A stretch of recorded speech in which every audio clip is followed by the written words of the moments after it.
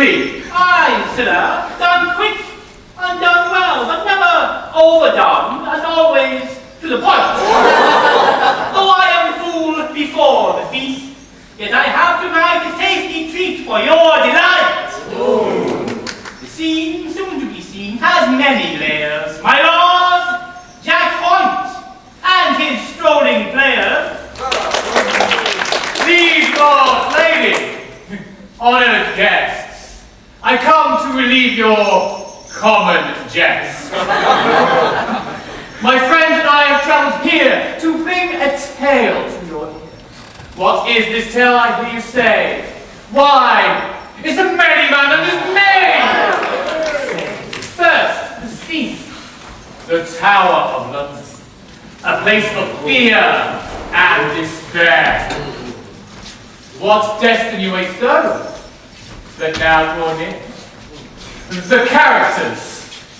I am Elsie Maynard, and I am the Merry Maid. Hey. I am Colonel Fairfax, sentenced to death. Dame Carruthers, housekeeper to the tower. I see all. Sergeant Meyrll, an older man, Yeomen of the Guards, and Hayden from her. I am Leonard, brave son. Hey. And I am Kate, niece of Dame Carruthers. But wait, we need a man of rich bearing to join our pairs. Who among you will join us?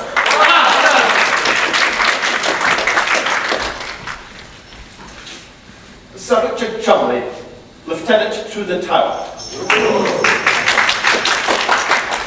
I am Phoebe, daughter to Sergeant Meyrll and sister to Leonard. I'm Wilfred Shadbolt, head jailer and assistant tormentor. I likes my job, and I likes her too. And I, Jack Point, shall play the merry man. Let the play begin.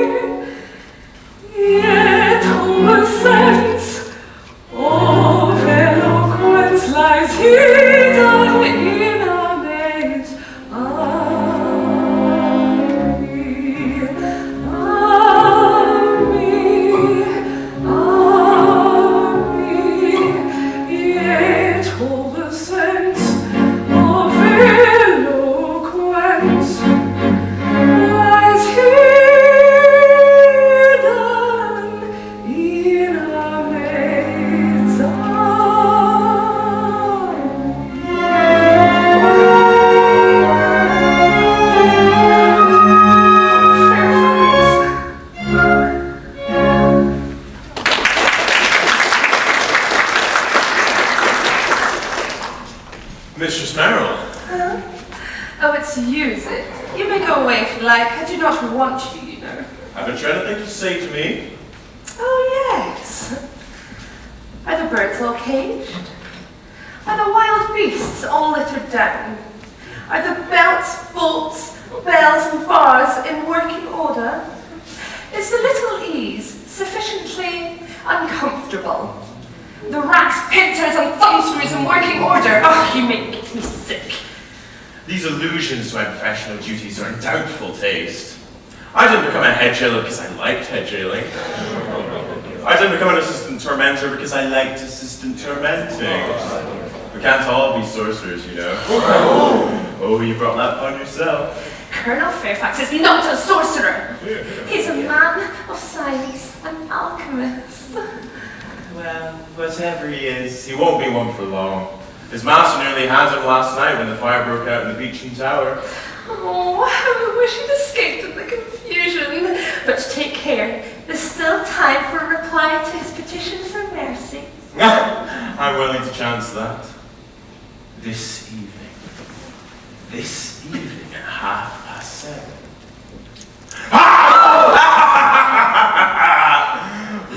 Oh, you cruel monster! To speak so unfeelingly of the death of a young and handsome soldier. Young and handsome? How do you know he's young and handsome? Because I have seen him every day for weeks past, taking his exercise on the Beecham Tower. Curse him! There! I believe you are jealous of him now. Jealous of a man I've not even spoken to. Jealous of a poor soul who's to die in an hour. No, I am. Jealous of everyone and everything. Jealous of the very words I speak to you. Because they reach your ears. And I mustn't go near them. Jealous of the very words you speak to me. Why, you know as well as I do not even like them. Oh. You used to like them.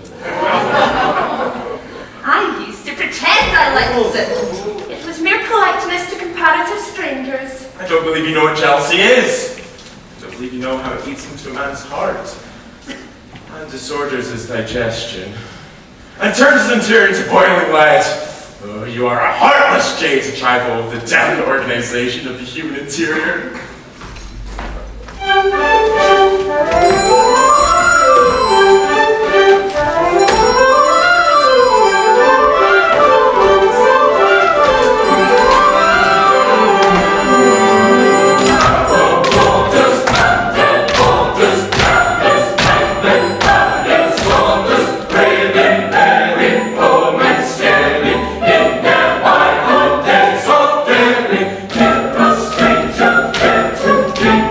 Each was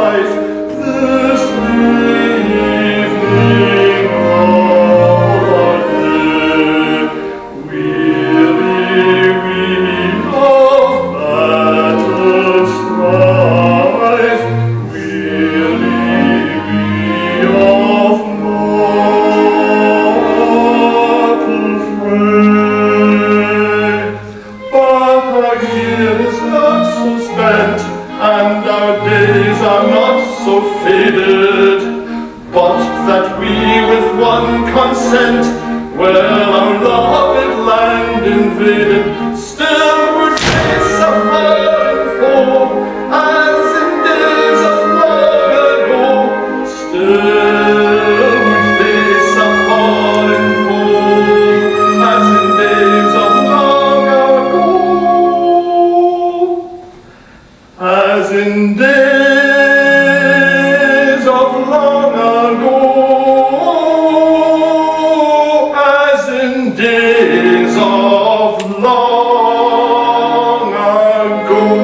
Still we face a foreign foe, as in days of long ago. Downward waters, under waters, gallant pikemen, valiant soldiers, braving, bearing, foemen staring, In their bygone days of daring, downward waters, under waters, gallant pikemen, valiant soldiers, braving, bearing, foemen staring, in their bygone days of daring, in the stranger vets who danger, each was soldiers were ambition, to the story of our glory, each a bold and tribute story, to the story of our glory, each a bold and tribute story, each a bold and tribute story.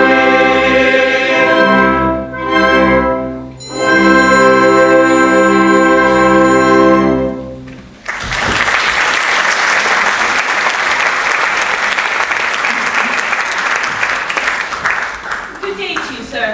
Good evening, Douglas. Busy today? Busy? Aye. The fire in the beacon last night has given me work enough.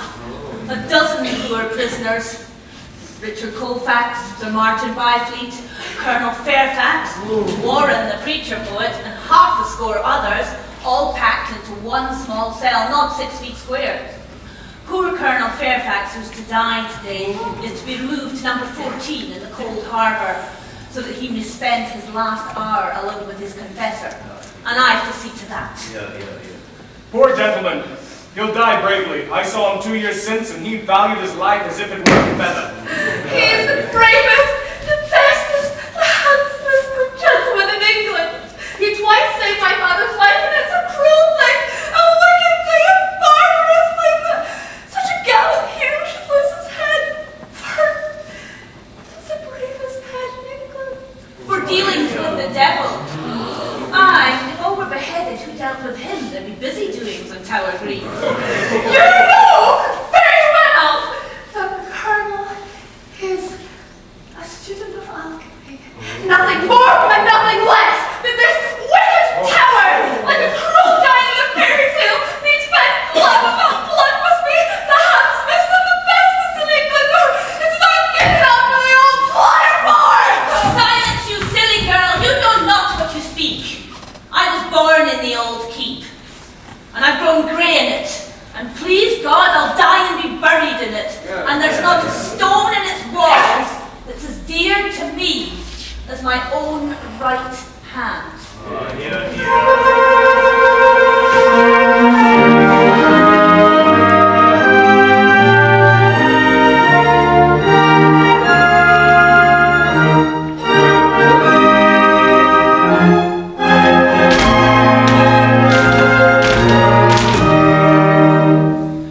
When our gallant Norman foes made our merry land their own, and the Saxons from the conqueror were flying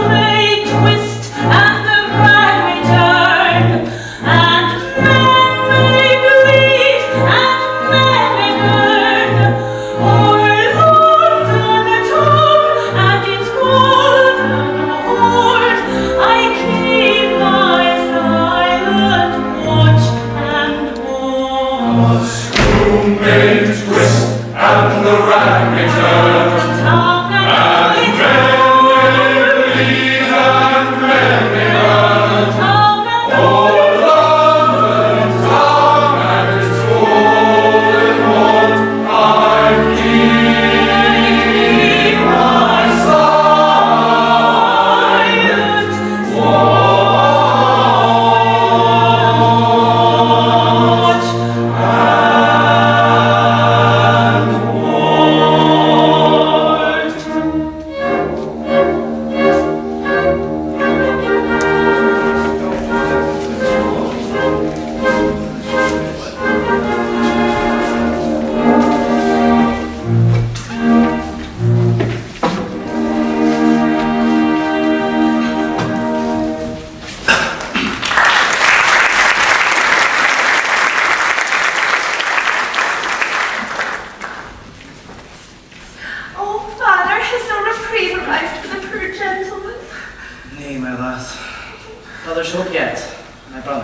Leonard, who, as a reward for his valour in saving his standard and fighting his way through 50 foes who would have hanged him, has been appointed Yeoman of the Guard and arrives today.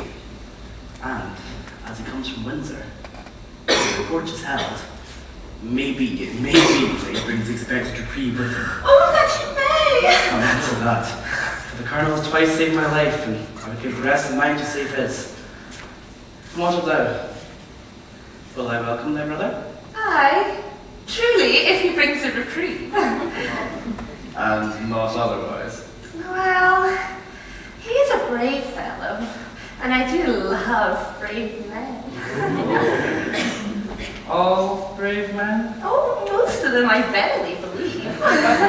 But I do hope Leonard is not too strict with me. I hear he is the dragon of virtue and circumspection, and you, father, are kindness itself, and leave thee pretty well to thine own ways, eh?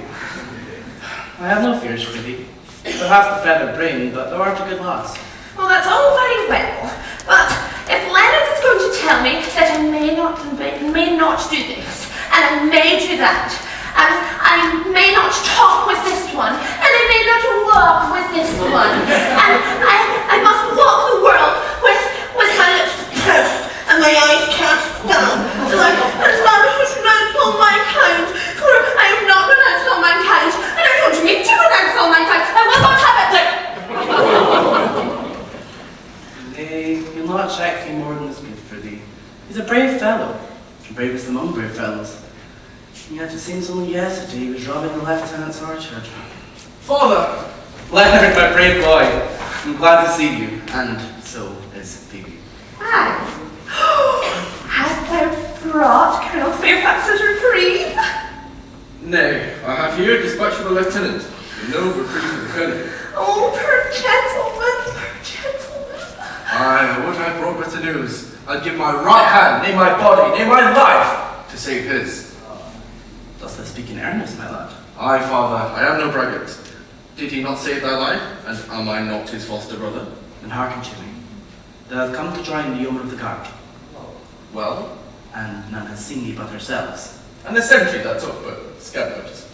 Then to prove thy words, give me a dispatch, get thee hence at once. Lie hidden for a space and tell no one. Here is money, and I'll send thee more. I'll convey a suit of yeoman's uniform to the Colonel's cell.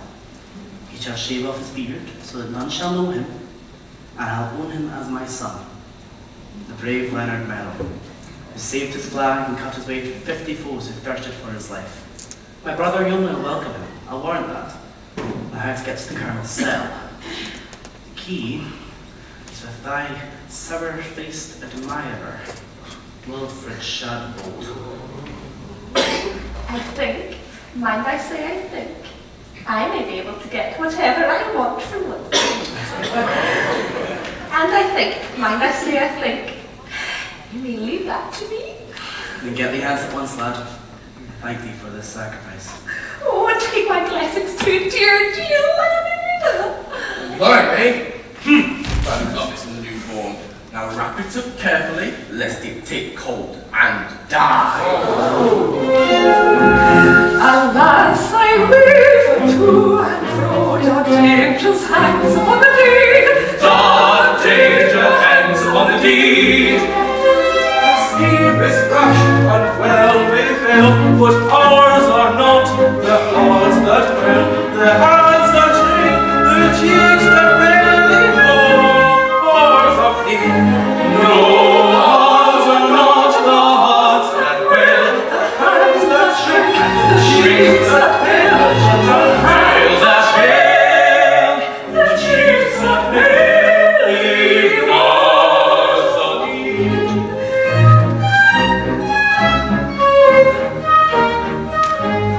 The air I breathe, to him I owe. My life is his, I count it not. That life is his, count it not.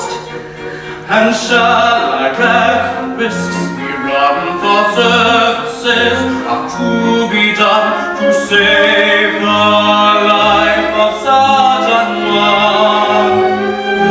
Unworthy thoughts. And shall we reckon risks we run to save the life of such an one? Unworthy thoughts, unworthy thoughts. We may succeed, who can foretell? They can help our hope. They can help our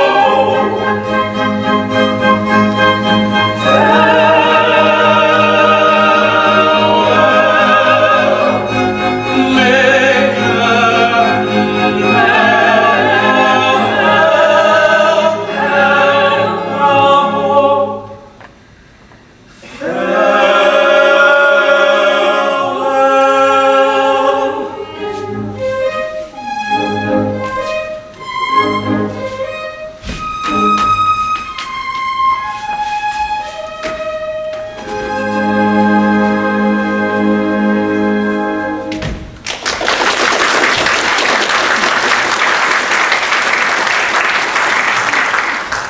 There's hope yet. Oh, Father, see, bring the poor gentleman from the beach. Father, his time is not yet here. Nay, they take him to the Cold Harbour Tower to await his end in solitude. Ah, here comes the lieutenant. He should not see me weep. Oh, Colonel Fairfax, my old friend. We meet but sadly. Sir, I greet you with all goodwill, and I thank you for guarding me from the pestilent dangers which threaten human life outside. In this happy little community, death, when he comes, doth so impunctual and in a business-like fashion, giveth due notice of his advent, that one may not be taken unawares. Sir, you bear this bravely, as a brave man should. Why, sir, it is no light boon to die swiftly and surely at a given hour and in a given fashion. Truth to tell, I would gladly have my life, but if that may not be, I have the next best thing to it, which is death. Believe me, sir, my lot is not so much amiss. Oh, Father, I cannot bear it. Oh. My poor lass. Nay, pretty one, Why weepest thou? Come be comforted. Such a life as mine is not worth weeping for. Sergeant Meyrll? may I greet my old friend? Why, man, what's all this? Thou and I have faced the grim old king a dozen times, and never has his majesty come to me in such a goodly fashion. Keep a stout heart, good fellow. We are soldiers, thou and I, and we know how to die. Believe me, it is better to die well than to live well. For in sooth, I have tried both.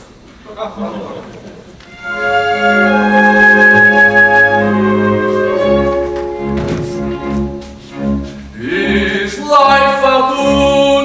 If so, it must befall, that death, whene'er he call, must call too soon. The 80 years he give, yet one would pray to live another one. What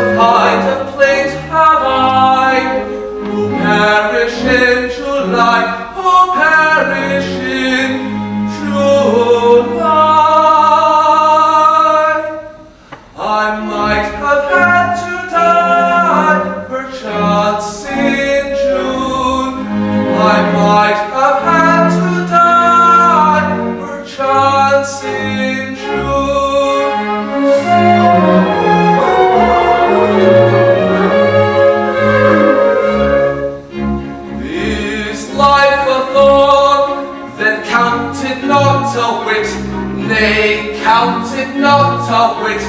Man is well done with it. Soon as he's born, he should all means essay to put the plague away. And I forewarn, poor captured fugitive, my life most gladly give. I might have had to live another morn. I might have had to live another morn.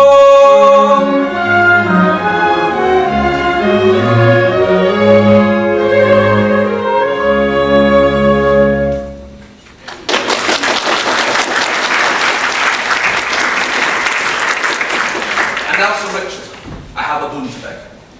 I am in this strait for no better reason than because my kinsman, Sir Clarence Portwhistle, one of the Secretaries of State, has charged me with sorcery. Yes, in order that he may succeed to my estate, which devolves to him, provided I die unmarried. As thou wilt most surely do. Nay, as I will most surely not do, by your worship's grace. I have a good mind to thwart this good cousin of mine. How? I am marrying forthwith, to be sure. But heaven have mercy, whom wouldst thou marry?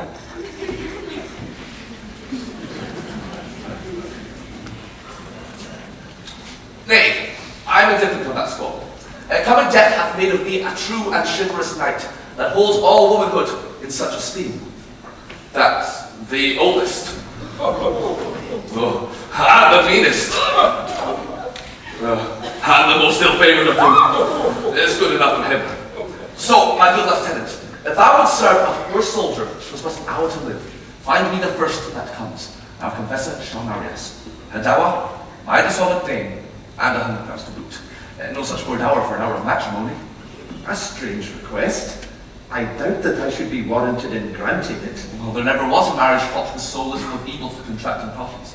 In an hour, she will be a widow, and I, well, a bachelor again for aught I know. Well, I will see what can be done, for I hold thy kinsman in abhorrence for the scurvy trick he has played on you. 1,000 thanks, good sir! We meet again in this spot in an hour or so. I shall be a bridegroom then, and your worship shall wish me joy. Till then, farewell. I am ready, good fellows.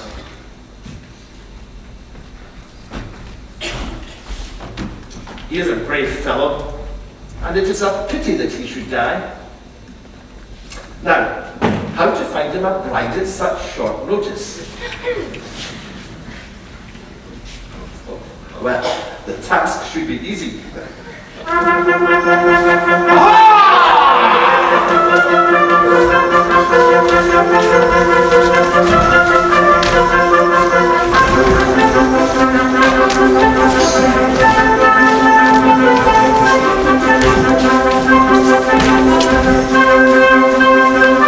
Here's a man of jollity, jive, jollify, give us all your quality, come full qualified, if you make a rapidly, give a running rapidly, into it we've been, run through doors and sing, give us an experiment, in the art of merriment, into it we go, conquer doors and go, by the shot of dignity, and with all rapidity, give us quick ability, willy-nilly-ho, river man can modify, into it we throw, fool who doesn't qualify, cock who doesn't go, by the shot of dignity, and with all rapidity, give us quick ability, willy-nilly-ho. I pray you bear with us, and we will satisfy you, for we are very both like all as merry as ourselves. But look you, there is humor in all things, and the truest philosophy is that which teaches us to find it and make the most of it. I say, hands off that mannerly fellow! This out here is saying, hands off. Aye, and felt it. Thou's not giving you promise? Nay, hanged if I do. Thou's not. Now observe, she said hands off, whose hands thine, of whom of her. Why is she? Now had she not been a woman, thine hands had not been set upon her in the first place. And herein is contradiction contradicted. For any marriage of prayer with God, if there is not such lopsided union as time goes, for birds are unlike corn and man is unlike woman. Yet man and woman marry every day, with none to say, oh, the pity of it, except for I, fools like me. Now wherever shall we please you? We can rhyme you couplet, violet, on train, sonnet, one day, what you will, or we can dance you Sutherland, Canal, Gunnee, Pimpernel, or Jumping Joe. Singing thoughts of the merry man and his mate, there in the song you dance to. Aye, merry man and his mate.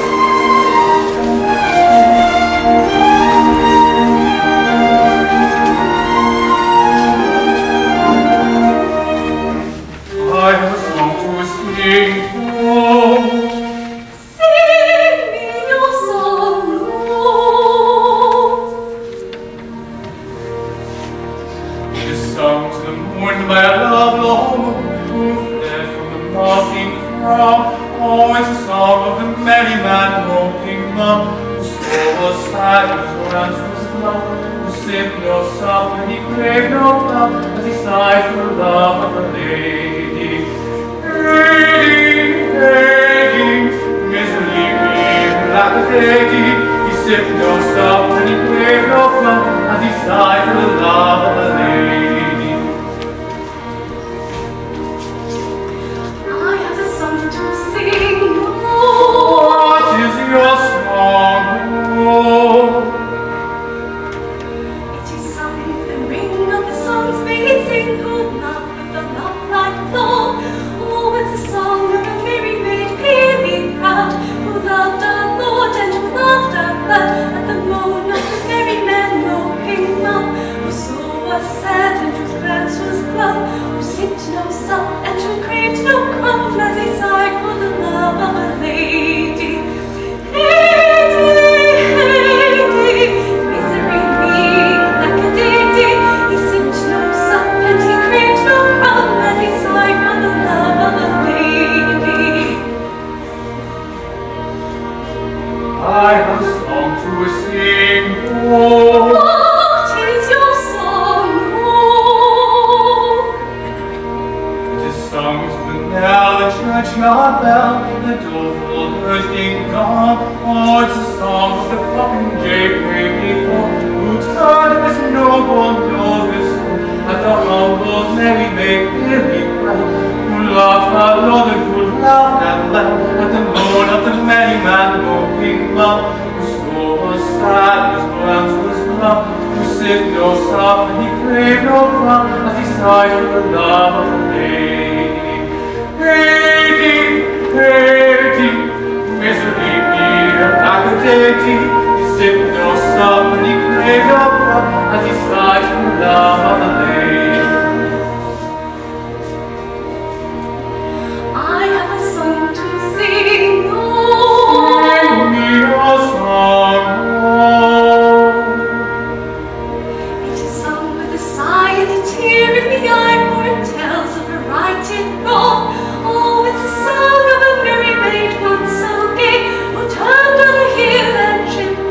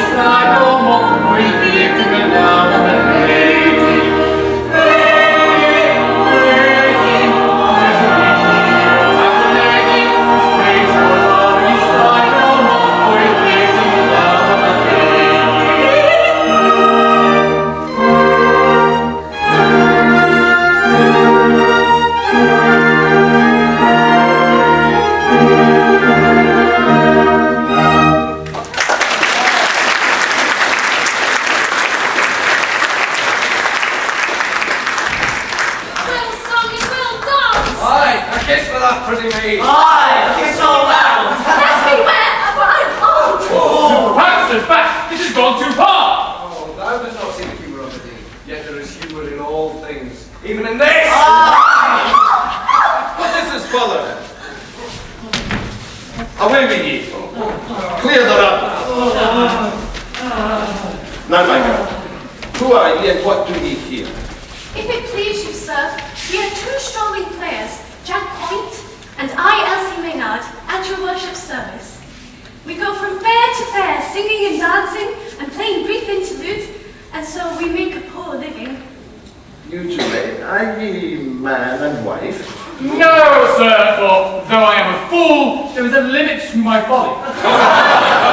Her mother, or Richard Maynard, travels with us. Poor Elsie is a good girl, but she is a bed with fever. We have come here to collect silver to buy our lectuary for her. Harky girl, your mother is ill, Sorely ill, sir. and needs good food, and many things thou canst not buy. Alas, it is too true. Wouldst thou earn 100 crowns? 100 crowns? That might save her life. Then listen.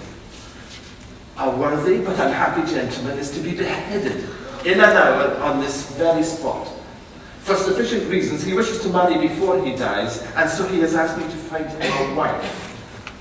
Wilt thou be that wife? The wife of a man I've never seen? But look ye, sir, I am concerned with this, for though I have not yet wedded to Elsie Maynard, I most wonder. Have we your worship's word that the man will die this very day? Nothing is more certain, I grieve to say.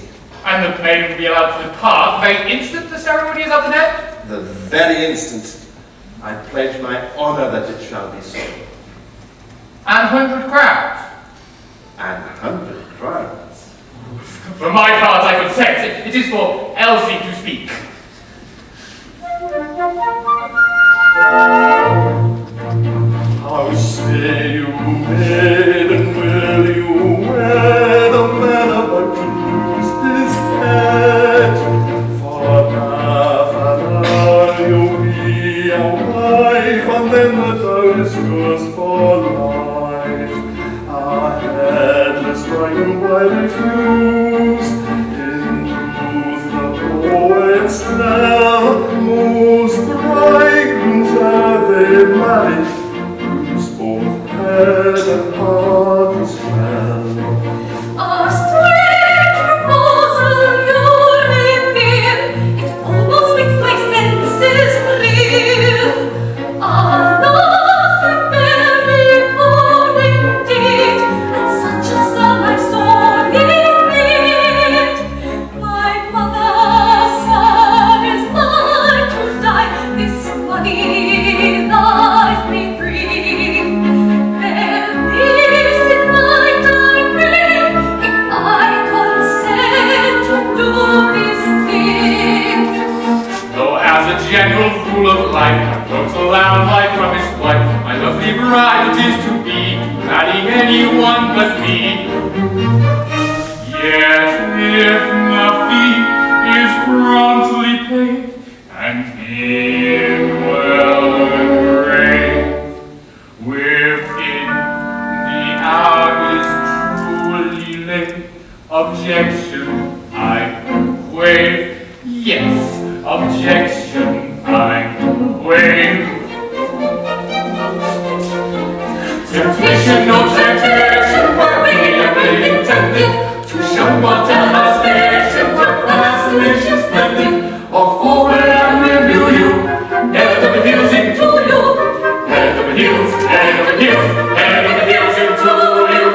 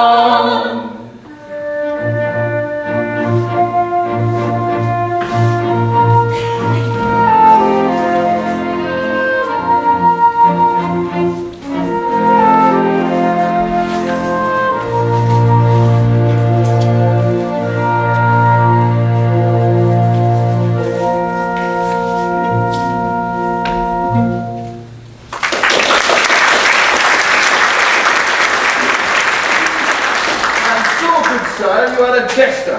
Aye, sir, and like some of my jests, out of place. I have a vacancy for such an one. Can you tell me what your qualifications are for such a post? Marry, sir, I have a pretty...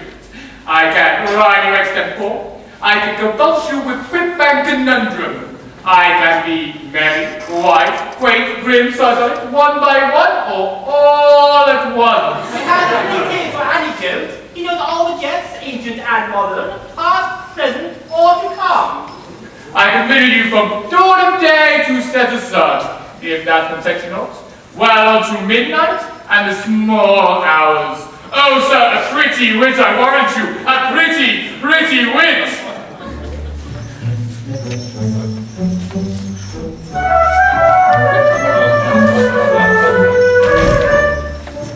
I caricature. And then frank. To lonely people. And then rank.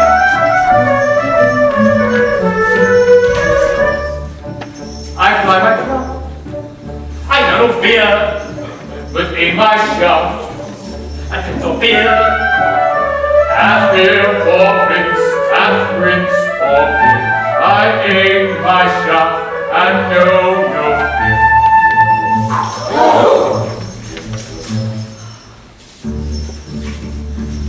I'm a wisdom from the east and from the west. That is subject to no academic school. You may find it in the jeering of a jest, or still it's in the folly of a fool.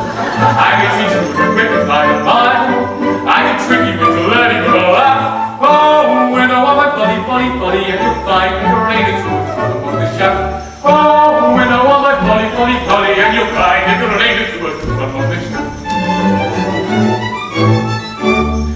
The braggart I can quail with a whip.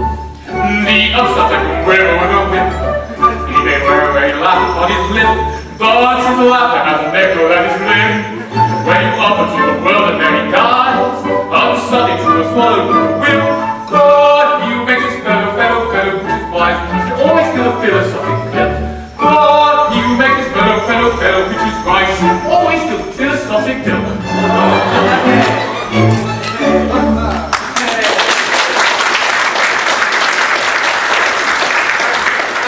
Came you to leave your last employ? Sir, it was in this wise. His lord was the Archbishop of Canterbury, but it came to pass that one of his guests did displease his grace's family circle. In true, sir, I venture to ask before it, wherein lay the difference between his grace and poor Jack Wood? His grace was pleased to give it up, whereupon I told him that whereas his grace was paid 10,000 a year for being good, poor Jack Wood was good for nothing! Was but a harmless jest, but it offended his grace, who whipped him and set him in the stocks for a skull road. And so they parted. I had but leave not take post with the dignified clergy again. But I trust you are very careful not to give offense. I have daughters. My jests are carefully selected, and anything questionable is expunged. If your honor wishes, I shall try them in your honor's chaplain first. Can you give me an example? Say I sat me down suddenly on something sharp. Why then, sir, I'd say you sat down on the spur of the moment. I don't think very much of that. Is that the best you can do? It has much been admired, but we shall try again. Well then, I am at dinner, and the joint of meat is but half cooked. Why then, sir, I'd say what is underdone cannot be helped. I see. I think that sort of thing would be somewhat irritating. At first, sir, yes, but use is everything, and you will come in time to like it. We will suppose that I caught you kissing the kitchen wench. Oh. Under my very nose. Under her very nose, sir. That is where I would kiss her. Oh, a pretty wit. A pretty, litty wit. The maiden comes. Follow me, friend, and we will discuss this matter at length in my library. I am your worship's servant. Well, I trust I shouldn't sound me. But before we go to more serious topics, can you tell me how a cook's brain pound is like an overwound clock? I truce to this fooling. Follow me. Just my luck. My best conundrum wasted!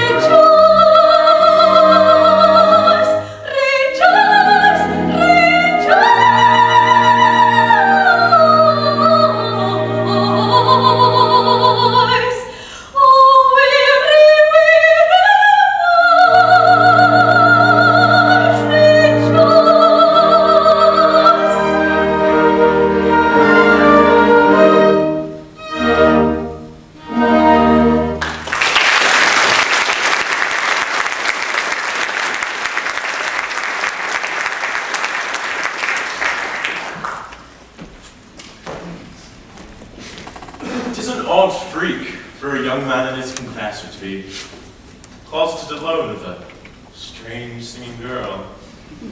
I would have fain have despised them, but he stopped up the keyhole. My keyhole!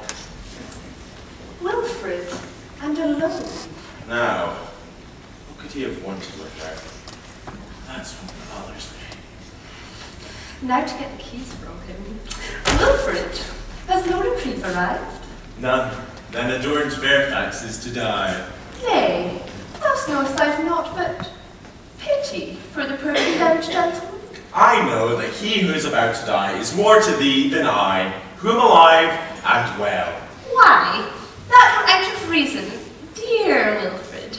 Do they not say a live ass is better than a dead lion? Oh, they say that, do they? Oh, it's unpardonably rude of them, but I believe they put it that way. Not that it applies to thee, who art clever beyond all telling. Oh yes, as an assistant tormentor. Nay, as a wit, as a humorist, as a most philosophic commentator on the vanity of human resolution. Truly, I've seen great resolution give way under my persuasive methods. In the nice regulation of a thumb's food, in the 100th part of a single revolution, lie all the difference between snowy Sundays and a torrent of impulsive bosomy that the pen can scarcely follow. Oh, I'm a mad one. Thou art a well-natured and delightful companion, Master Wilfred. And anecdotes of the torture chamber are of the prettiest telling. I'm a pleasant fellow when I choose. I believe I'm the merriest dog that barks. You might be passing happy together. Oh, perhaps, I do not know. For thou would make a most tender and loving wife. Oh, yes, the one whom I truly love. Oh, there's a wealth of love saved in this heart of mine, saving up for, oh, I wonder whom. In this world of men, I wonder whom. Oh, to think that the man I'm to marry is alive and though somewhere. And to think, is he far away or close at hand? And I waste time in not knowing him. Oh. Now, say that it is I. Now, suppose it for the nonce that we are wed. Now, suppose thou art my very bride. And at the day's end, with the prisoners stored away for the night, thou and I are alone. With a long, long evening ahead of us. Oh, it is a pretty picture. Oh, it cometh so unexpectedly, and yet, oh, were I thy bride? I were thy my bride. Oh, how I would love thee.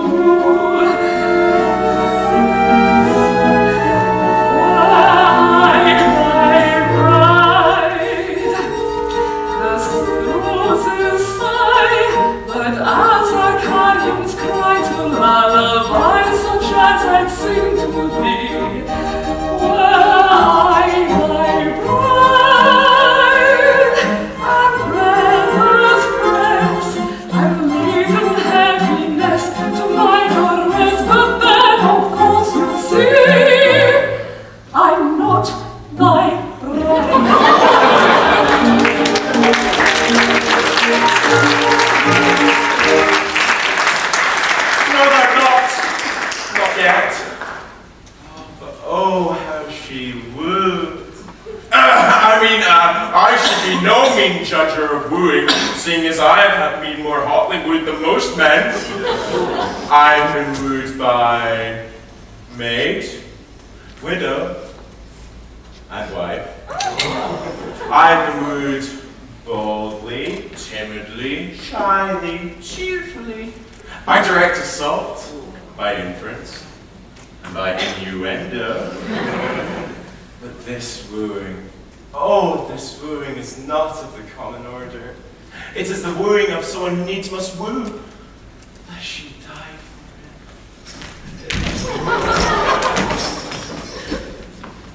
The deed is, so far, safely done.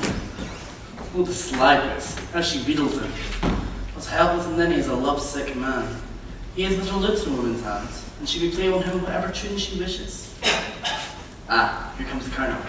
Faith, for the Yeoman marched here for his execution in just 2 minutes. My good and kind friend, thou runnest a great risk for me.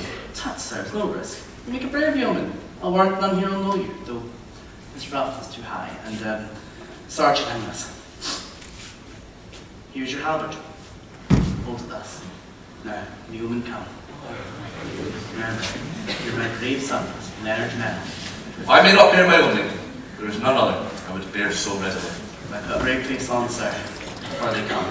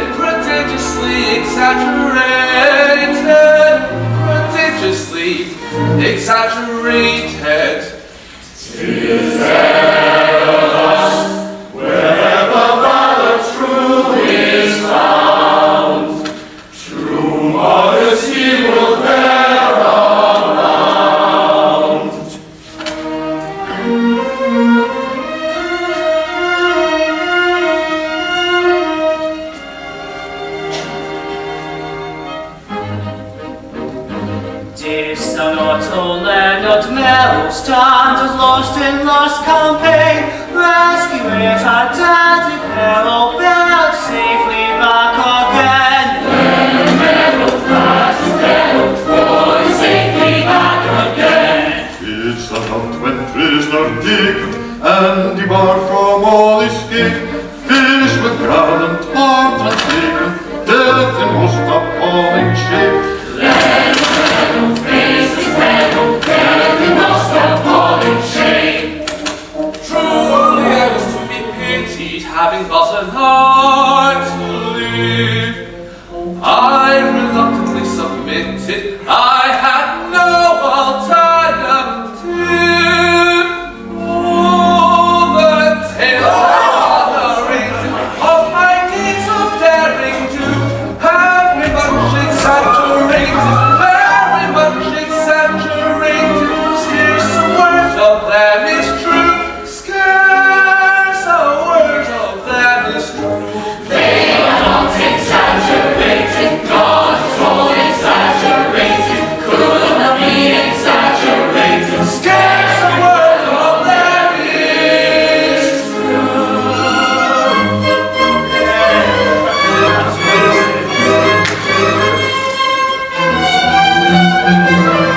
Leonard, I beg your pardon.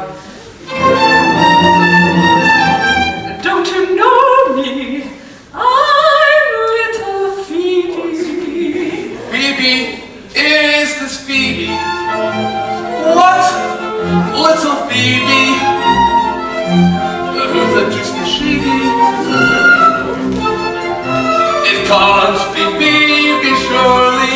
Yes, it's Phoebe, your sister Phoebe, your own little sister. I he speaks the truth, 'tis Phoebe. Sister Phoebe. Oh, my brother. Why, how you've grown. I did not recognize you. So many years, oh my brother, Oh, my sister. Oh, sister. Oh, sister.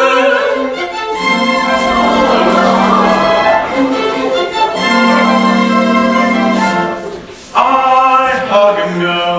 There are three thou mayst hug, thy father and thy brother and myself. Thyself, forsooth, and who art thou, myself? Good sir, we are betrothed. oh more or less, but rather less than more. Thy fond care I do commend thy sister.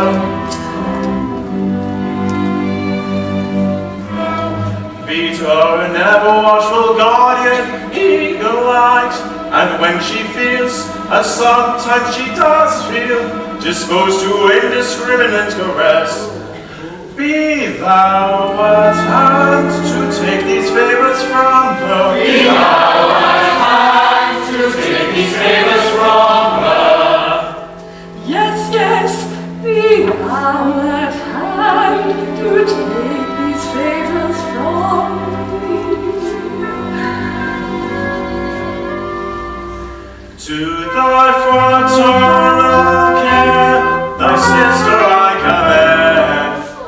From every lurking snare, thy lovely charge defend.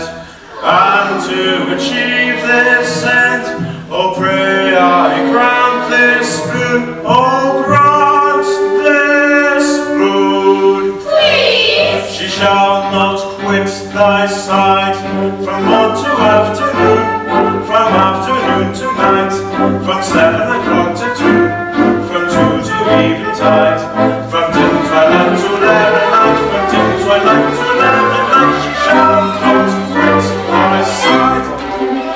From morn to afternoon to 11 night.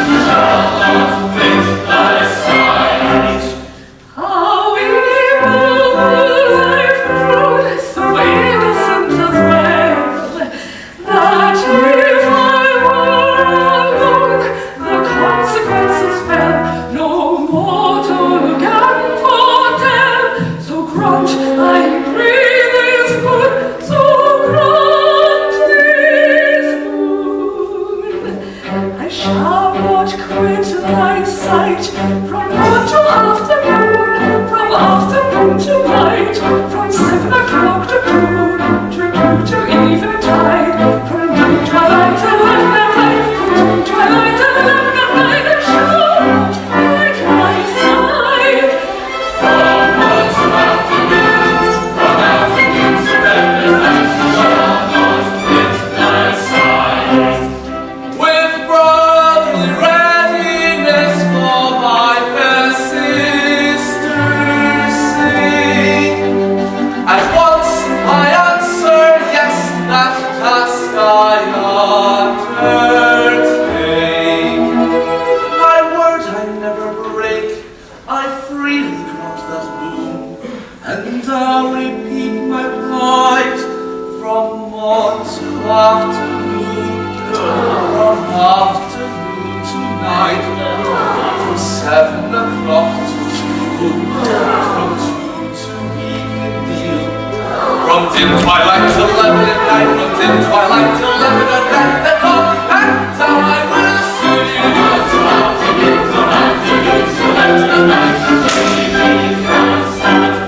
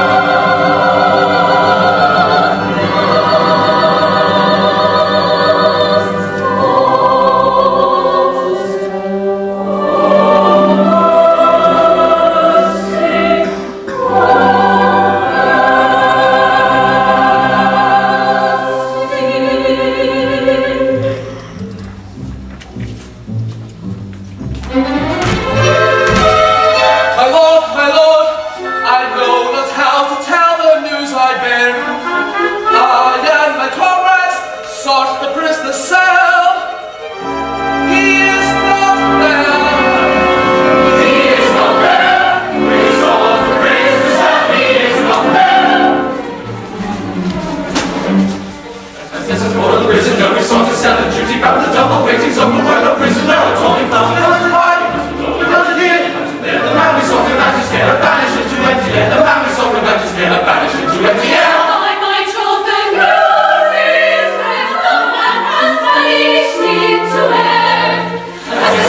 Prisoner, we sought to sell the duty bound the double waitings of the world of prisoner. A tawny found the hundred high. We got it here. The man we sought to vanish here, banished into empty air. The man we sought to vanish here, banished into empty air.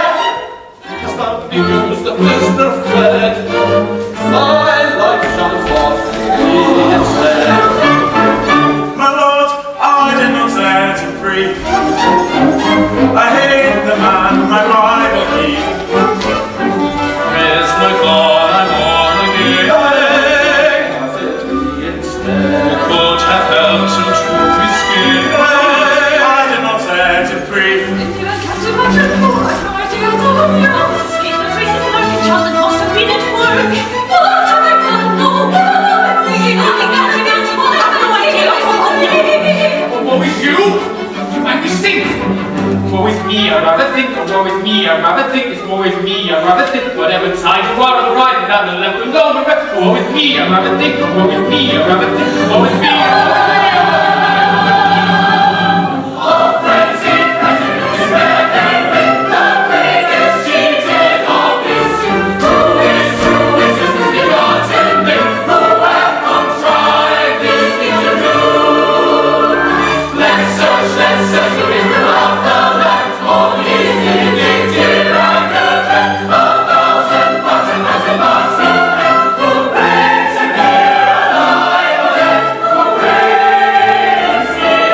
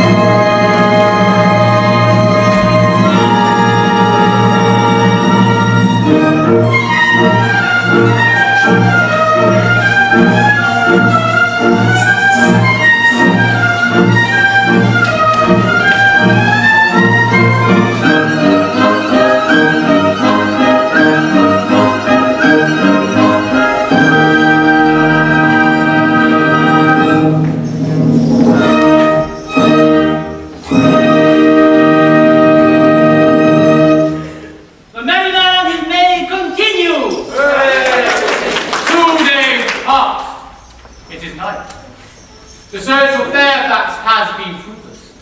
You have returned hungry, tired, and bewildered. Now play your parts.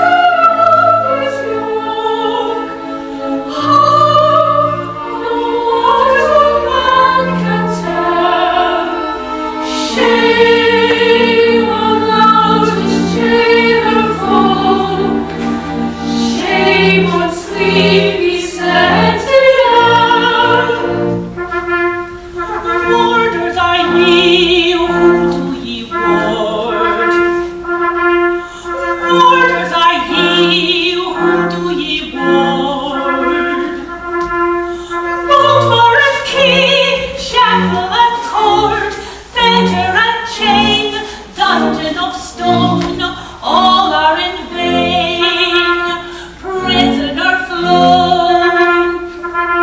Spite of ye all, he is free, he is free. Whom do ye ward, pretty warders are ye?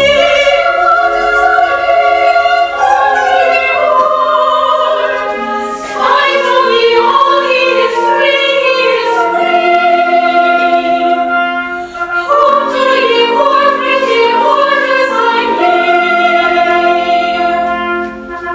And down and in and out, here and there and round about, every chamber, every house, every chink that was a mouse, every crevice in the keep, where our feet are back with me, every outlet, every trade have we searched, but all in vain, all in vain. Warders are ye, warder ye ward. Every house, every tree, every trade. Warders are ye, warder ye ward.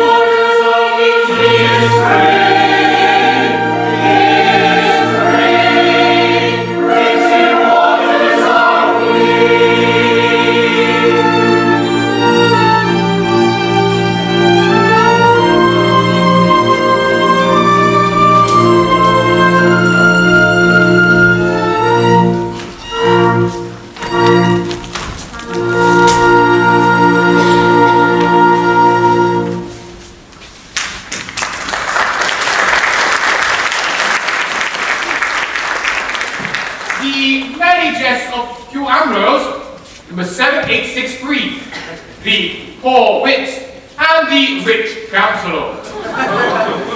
A certain poor wit, being a hungry, did meet with a well-fed counsellor. Marry, fool, quoth the counsellor, whither away? In truth, said the poor wag, in that I've not eaten these 2 days, I do wither away, and that's right rapidly. The counsellor laughed and handed him the sausage. That counsellor was easily pleased and knew my new master's lieutenant. I would have taken post under that counsellor. Ah, 'tis but melancholy, mummy, when poor, heartbroken, jilted Jack Point must turn to Hugh Ambrose for original light humour. Ah, Master Point. Ah, friend jailer. Jailer it was. Jailer shall be no more.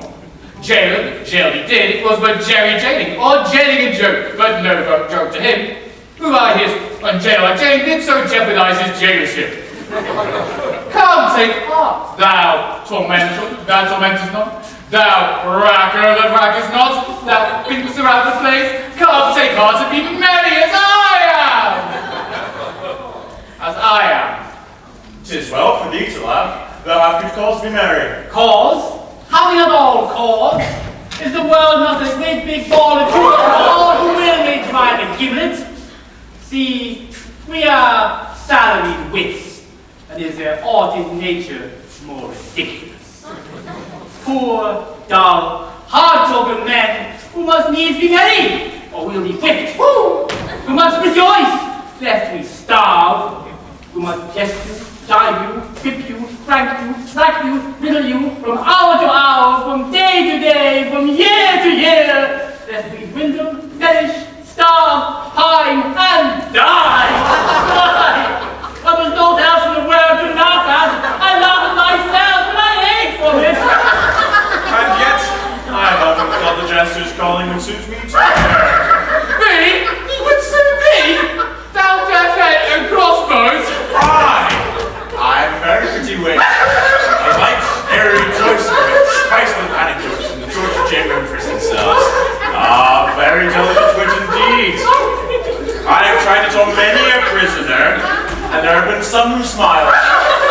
Now, it's not easy to make a prisoner smile, and it should not be difficult for a good jester, seeing as thou art one. Difficult? Nothing easier. Nothing easier. Attend, and I shall prove it thee.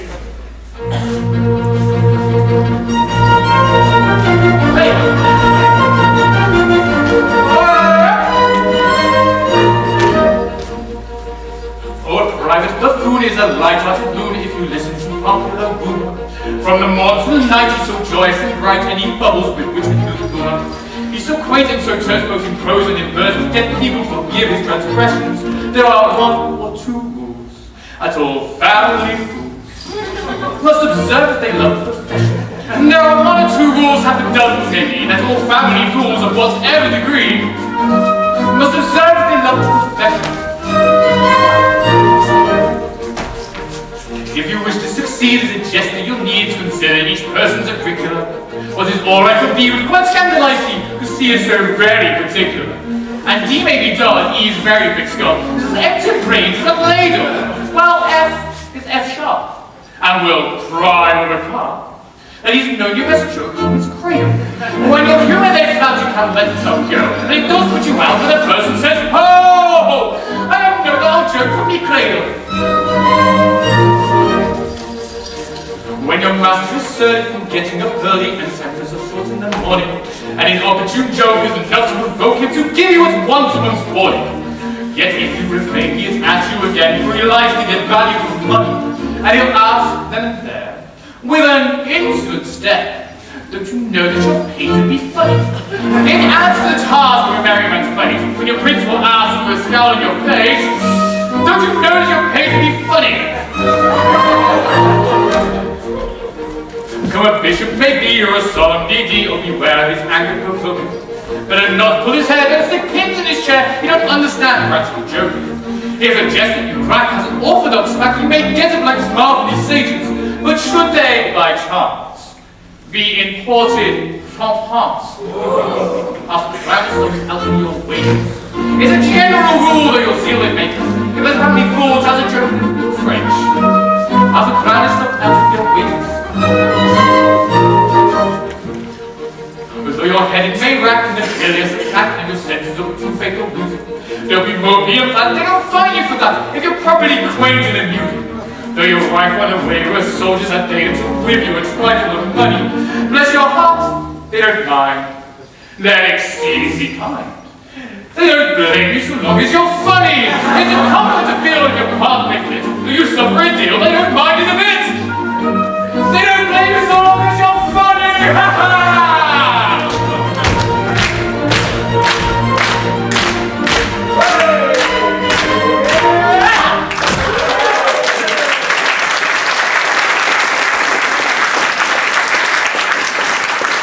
So, that would be a jester, eh? Aye. Then listen. My sweetheart, Elsie Maynard, was married to this Fairfax ere our he escaped. She did very well.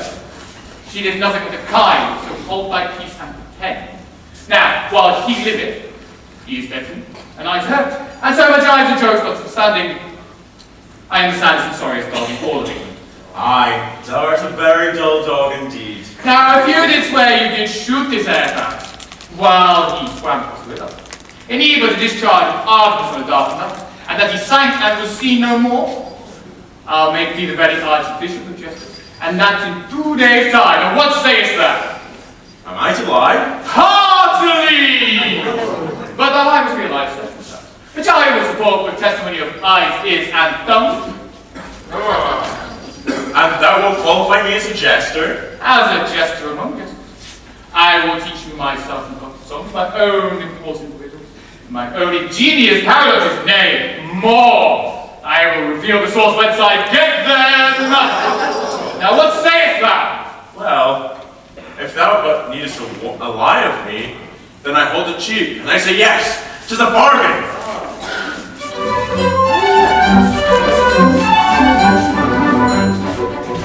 Hereupon we both agree, all that we do to agree to be sure by solemn deed, to prevent all detrimental, you and Elsie are to call.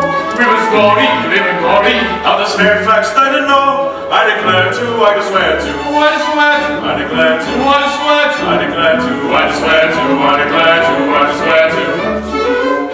Tell a tale of cock and bull, of convincing detail bull. Tales tremendous, heaven defenders, what a tale of cock and bull.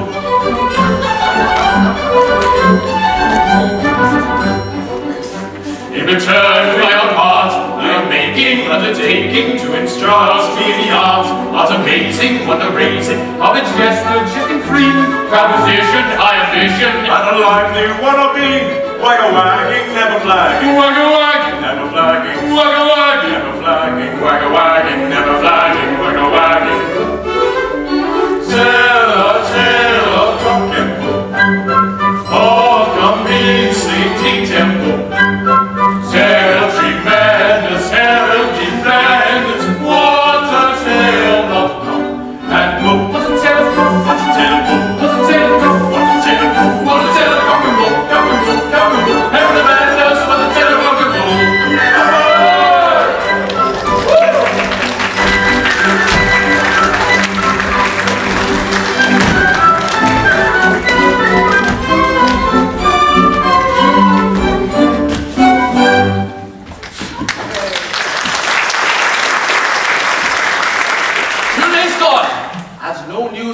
Fairfax.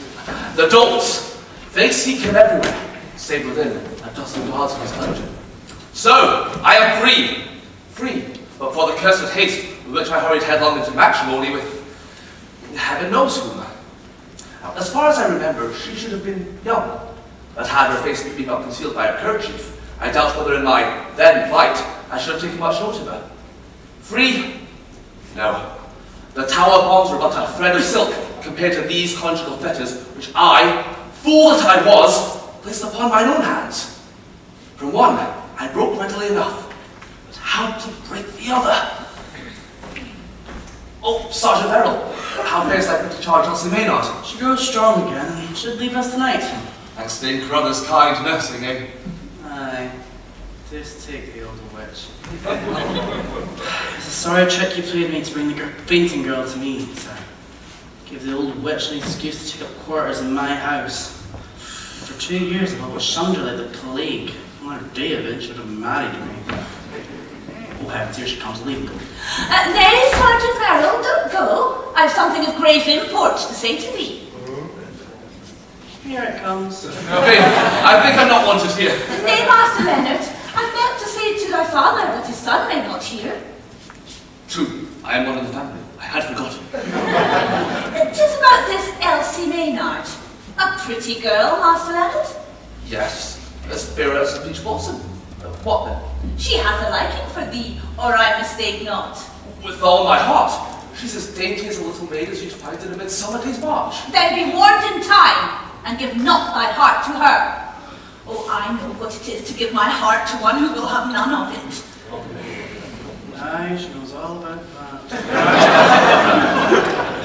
And what of her, Dame Carruthers? She's a good girl. Good enough for aught I know, but she's no girl. She's a married woman. Married woman? Tush, old lady, she's promised the Jack Point, court's new jester. Tush in thy teeth, old man. As my niece Kate sat by her bedside this morning, this Elsie slept. And as she slept, she moaned and groaned and turned this way and that way. How shall I marry a man I've never seen? Quoth she. 100 crowns, quoth she. Isn't certain he will die in an hour, quoth she. I love him not, and yet I am his wife, quoth she. Is it not so, Kate? Aye, yes, 'tis even so. Art thou sure of all this? Aye, sir, for I wrote it on my tablet. Now, mark my words, it is of this Fairfax she spake, and he is her husband, or I'll swallow my kirtle. Well, is it true, sir? True? Why, the girl's raving. Why should she marry a man who had but an hour to live? Marry? Then there was marry for but for a minute, rather than die an old maid. Aye, I know one of them.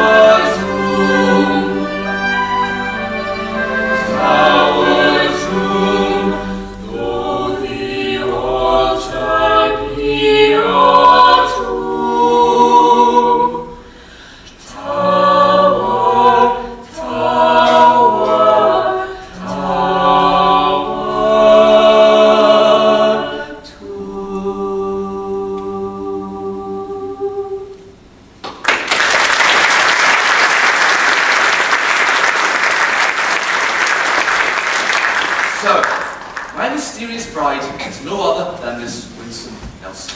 By my hand, 'tis no such ill plunge in fortune's lucky man. I might have fared first with my eyes open. I hear her coming, now to test her principles. 'Tis not every chance a husband has at wooing his own wife. Mistress Elsie! Master Leonard. So thou leavest us tonight? Yes, Master Leonard, I am kindly tended, and I fear that I am loth to go. And of this Fairfax, wast thou glad when he escaped? Why, truly, Master Leonard, it is a sad thing that a young and gallant gentleman should die in the very fullness of his life. So when thou fainted in my arms, it was a joy to see? It may be so. I am a girl, Master Leonard, and when I'm highly wrought, I faint. Now, dost thou know I am consumed by a parlous jealousy? Thou? And of whom? Why, of this Fairfax, surely. Of Colonel Fairfax? Yes. Elsie, shall I be fair with thee? Elsie, I love thee, ardently, passionately. Elsie, I have loved thee these 2 days, which is a long time, and I have fainted in my life tonight. Oh, Master Leonard, thou art jesting. Jesting? May I shrivel into rings if I jest. I love thee with a love that is a fever, with a love that is a frenzy, with a love that eateth up my heart. What sayest thou? Thou wilt not let my heart be eaten up. Oh, mercy, what am I to say? Dost thou love me, or hast thou been insensible these 2 days? I love all brave men. Nay, there is love in excess. I thank heavens there are many brave men in England, but if thou lovest them all, I withdraw my thanks. I love the bravest best, but sir, I may not listen, for I am a wife. Thou, wife? Whose? His name, his hours are numbered. Nay, his grave dug, and his epitaph set up. Come, his name. Oh, sir, keep my secret. It is the only thing that barrier that can come between us. My husband is none other than Colonel Fairfax. Colonel Fairfax? Why, the greatest villain unhung, the most ill-omened, ill-natured, ill-tempered, ill-dogged in all of Christendom. It is very like, sir, but he is not to me, for I was blindfolded, and I wedded him, and he was to have died within the hour, and he did not, and now my heart is broken. He was to have died, and he did not die? Why, the traitorous scoundrel! Thou should have insisted on his dying first. 'Tis the only way for these Fairfaxes. I now wish I had. Thus he little maiden. Fake for this Fairfax. Be mine. He will never know. He dares not show himself. And if he dares, what art thou to him? Fly with me, Elsie. Tomorrow we will be wed, and thou shalt be the happiest wife in all of England. Oh, Master Leonard, is this the way brave soldiers speak to poor girls? Shame upon me, shame upon me. I am wed, sir, not least because I love not my husband. I am a wife, sir, and I have a duty, and... Oh, sir, thy words terrify me. They are not honest. They are wicked words, and not worthy of thy brave and noble heart. Shame upon thee, shame upon thee. Nay, Elsie, I jest. I speak not to try thee.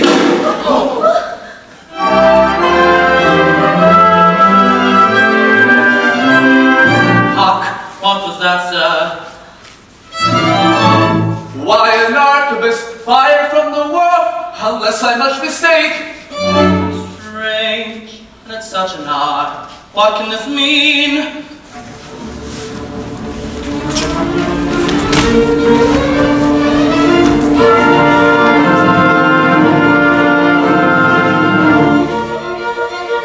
Now what can that have been? A shot so late at night, enough to cause a fright. What can the poet mean? A woman in the land is coming to be read. To be read. What danger is at hand? Who fired that shot? At once the truth declared. My lord, 'twas I, too rashly judged forbear. My lord, 'twas he, too rashly judged forbear.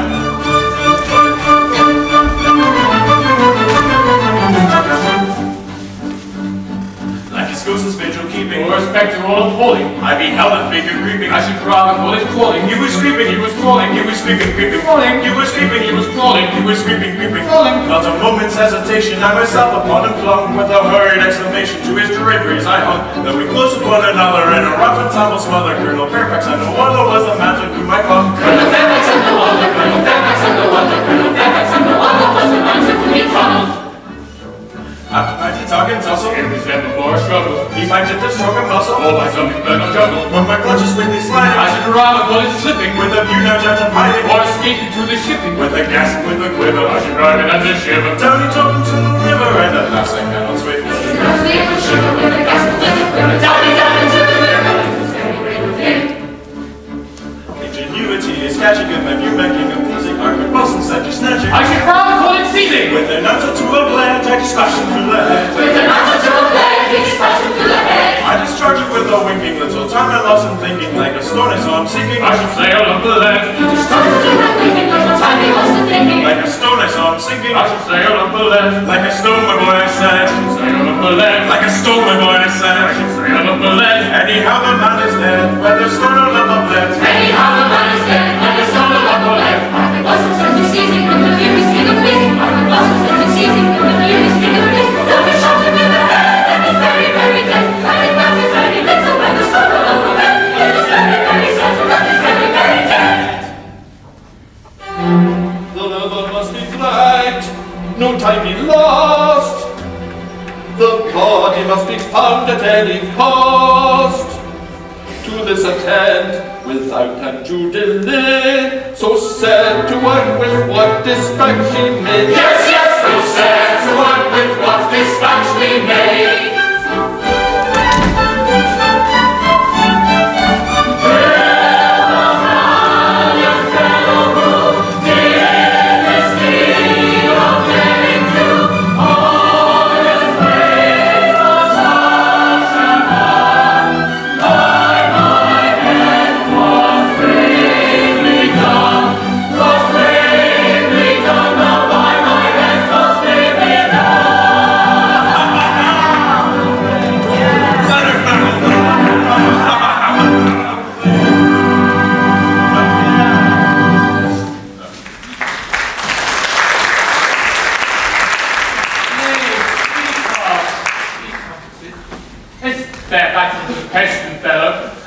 Die, he may God others. It was a good death. Still, he was my husband, and had he not been, nevertheless he was a living man, and now he's dead. And by your leave, Master Point, my tears may flow unchidden. And thou didst see all this? Aye, with both eyes, this and that. The testimony of one eye is naught, it may lie. When it is collaborated by the other, it is testimony that none may gainsay. Here are both in court, ready to swear it to thee. And did I notice it was Colonel Fairfax? See his face? Aye, ill-favoured face, a hand-dog face. A face in front head would have made him strike a line. Oh, an ill-favoured face, I warrant you. See how they laugh. It always does with simple folk. An established wit has but to cry out, pass the mustard, and they roll their ribs out. I have come back to life, Master Point. Thou shalt pay for this. Now, Elsie, you are free to choose again, so consider me. I am well-faced. I can ride you except for. I can grip you, crack you, back you, video. Tush, man, thou knowest not how to move. It is not to be done with threadbare sophistries or time-worn jests, with quips, conundrums, rhymes, and paradoxes. It is an art in itself, and must be studied bravely and conscientiously.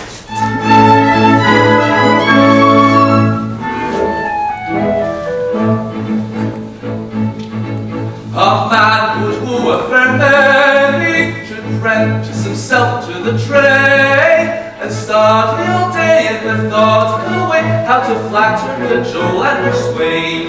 He may prentice himself at 14, and practice from morning to evening. And when he's of age, if he will and engage, he may capture the heart of a queen, the heart of a queen. It is purely a matter of skill,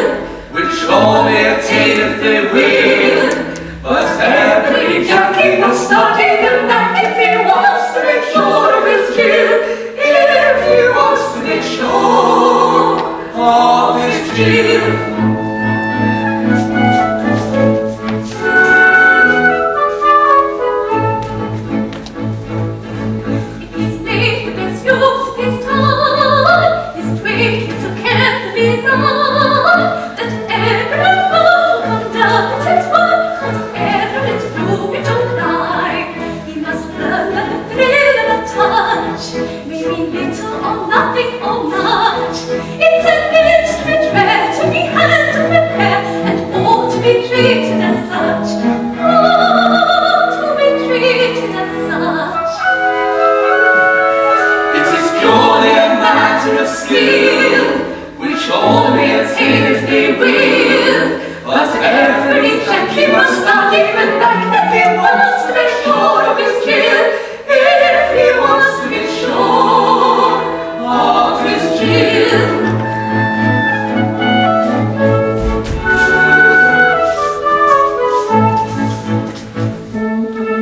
Where clouds may be timid or free, made early with mighty degree, from an impudent stare to a look of despair, that no maid without pity can see. With a glance of despair as a guide, it may have its ridiculous side. It may draw you a tear, or a box of beer, but you never can know till you've tried. Never be sure till you've tried. It is purely a matter of skill, which all may attain if they will. But every Yankee must study the life if he wants to be sure of his skill. If he wants to be sure of his skill. But every Yankee must study the life. But every Yankee must study his life. If he wants to be sure of his skill. Yes, every Yankee must study the life. If he wants to be sure of his skill.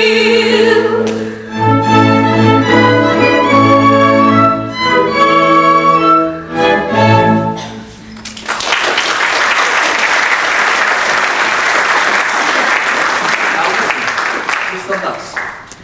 Mistress Elsie, there is one here, as thou knowest, loves thee quite well. That he does. Right well. He is but a man of poor estate, but he hath an honest and loving heart. He'll be a true and trusty husband. And if thou wilt be his wife, thou shalt lie curled up in his heart, like a squirrel in his nest. A pretty figure. A maggot and a nudge make me more out, but a squirrel will do. He knows that thou wast a wife, an unloving and unloved wife. But now thine husband is dead, thou art free. And he hopes that thou would hearken unto him, and he prays that thou would one day be his. Oh, he presses her hands and whispers in her ears. Oh, what can this mean? Now tell me, sweetheart, wilt thou be this poor good fellow's wife? If the good brave man, is he a brave man? Some might say. That's not true, but let it pass. And if the good brave man would be content with a poor, penniless, untaught maid, Widow, but let that pass. then I would be his true and loving wife, and that with my heart of hearts. My own dear love! Wait, what is this? Brother, this is unseemly! I cannot let that pass. Master Leonard, as an even advocate you have his fee, he thinks you are overpaying yourself. Nay, that is for Elsie to say. I promised I would show thee how to do, and herein lies the proof of the virtues of my teachings. Go now and apply it elsewhere. When the wooer goes a-wooing, not his trouble, then his joy. Maid blushing all his suing, bravely blushing, bravely coy, bravely coy, boldly blush, all the happy days of all the happy days of doing, all the sighing and the sewing, when the wooer goes a-wooing, all the sweets that never known.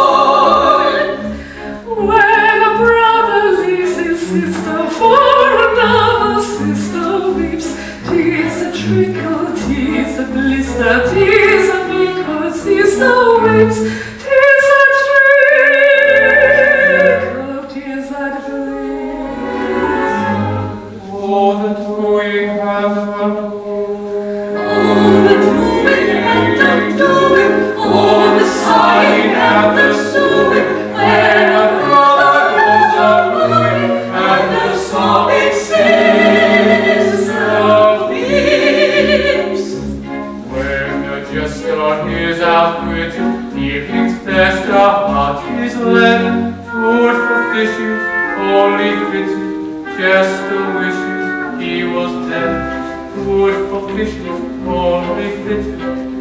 still wishes he was dead. Oh, the doing and the doing, oh, the sighing and the slewing, and just goes a-wooing, and he wishes he was dead. Oh, the doing and the doing, oh, the sighing and the slewing, and just goes a-wooing, and he wishes he was dead. He wishes he was dead.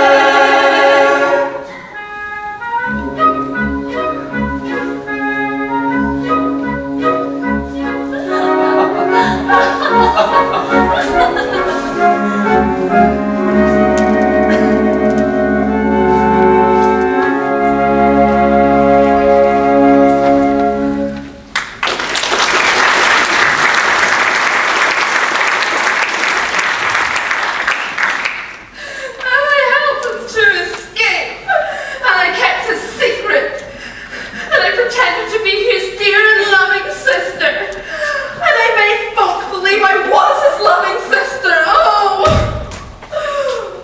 Before I pretend to be sister to anybody again, I'll turn nun and be sister to everybody, one as much as the other.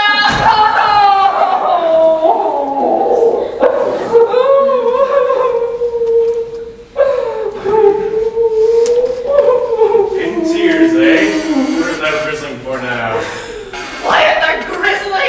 Thou hast often wept for jealousy. Well, it's for jealousy I weep now. Yellow, bilious, jaundiced jealousy. Make the most of that, Master Wilfred. So I have never given thee cause for jealousy. The lieutenant's cook maid and I are merest gossips. Jealous of thee? I am jealous of no craven cock in the hill who grows about what he did and he dared. I am jealous of another, a better man than thou. Set that thy Master Wilfred, when he used to marry Elsie Maynard. Silly little fool, set that thy Master Wilfred. And my heart was well nigh broken. Make the most of that. The man thou lovest is to marry Elsie Maynard. Why, that is none other than thy brother, Leonard Meyrll. What have I said? Why, what manner of brother is this, thou lying jade? Who is this man that thou hast coddled and fondled and kissed? Under my connivance too, oh Lord of my connivance! Should it be this Fairfax? It is! It's this Fairfax! That has just shot to the head and lies at the bottom of the river. I may have been mistaken. We are but fallible mortals, the best of us. I'll make sure. I'll make sure. Oh, wait, one word.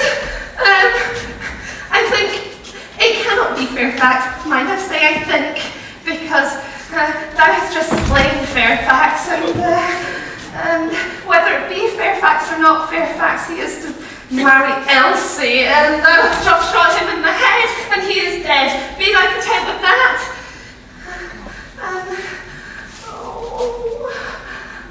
I will be thy wife.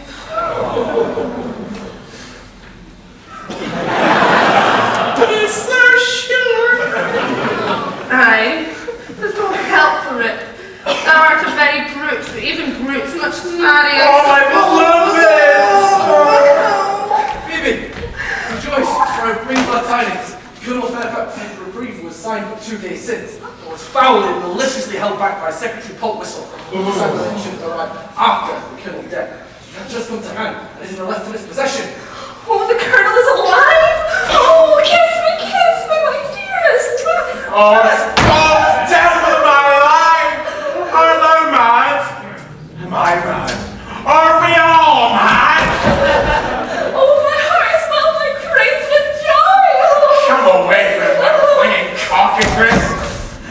thee, sir, devil take thee! I'll break thee like a herring, I'll cleave thee to the chine, I'll skin thee, oh, Phoebe! Phoebe, who is this man? He is my brother, fool!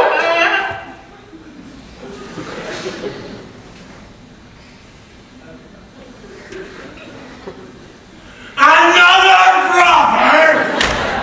How many are there? Tell me, produce them all at once, let me know the worst. This is the real Leonard, dolt. The other was but a substitute. The real Leonard is my father's own son. And how do I know this? Hath he brother writ large on his brow? I mistrust thy brother, thou art nothing but a false jade!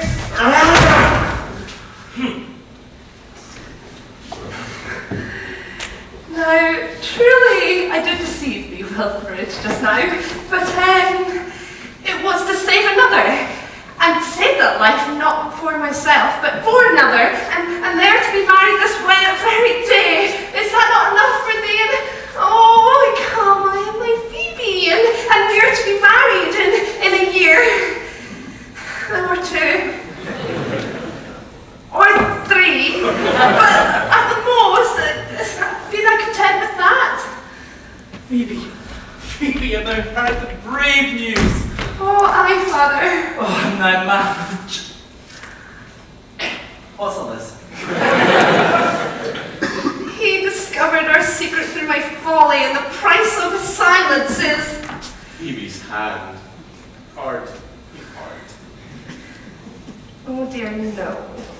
Phoebe's hand. For heart. Tis a pity, but Colonel had be saved at any cost, and since thy folly revealed our secrets, folly must even suffer for it.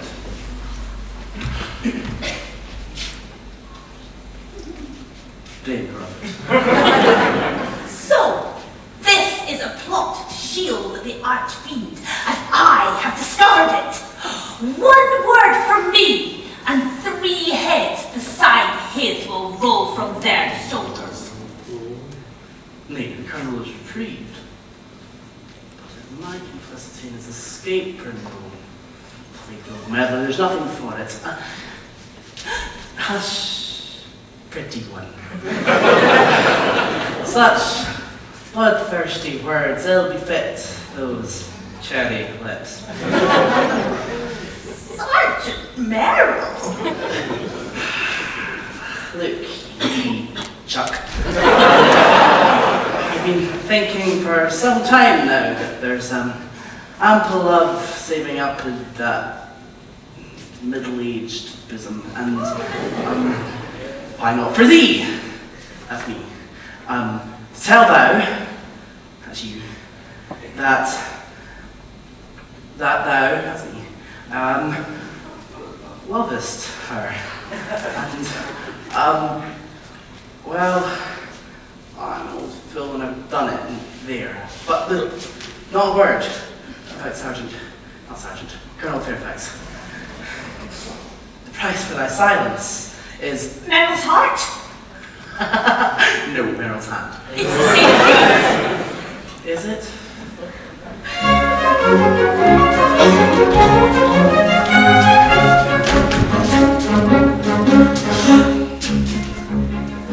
Rapture, rapture, when lost motory, flushed with capture, seeks the notary, joy and jollity, then is poverty, reigns from quality, rapture, rapture, joy and jollity, then is poverty, reigns from quality, rapture, rapture. Doleful, doleful, when humanity with its soul full of satanity, causing privity, down declivity, seeks captivity, doleful, doleful, causing privity, down declivity, seeks captivity, doleful, doleful. Joyful, joyful, when virginity seeks a coyful ransom, fatal flowery, bright and bowery, is her dowry, joyful, joyful, fatal flowery, bright and bowery, is her dowry, joyful, joyful. Ghastly, ghastly, when to marvel, firstly, lastly, of men sorrowful, after Harry yields to Tarry, goes and marries, ghastly, ghastly, joyful, joyful, ghastly, ghastly, joyful, joyful.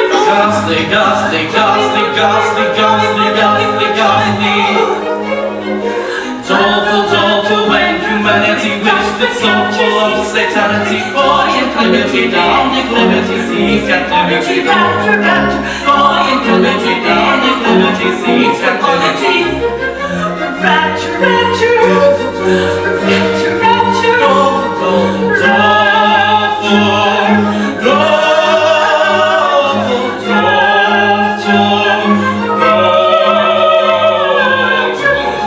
declivity down, declivity sees captivity, doleful, doleful.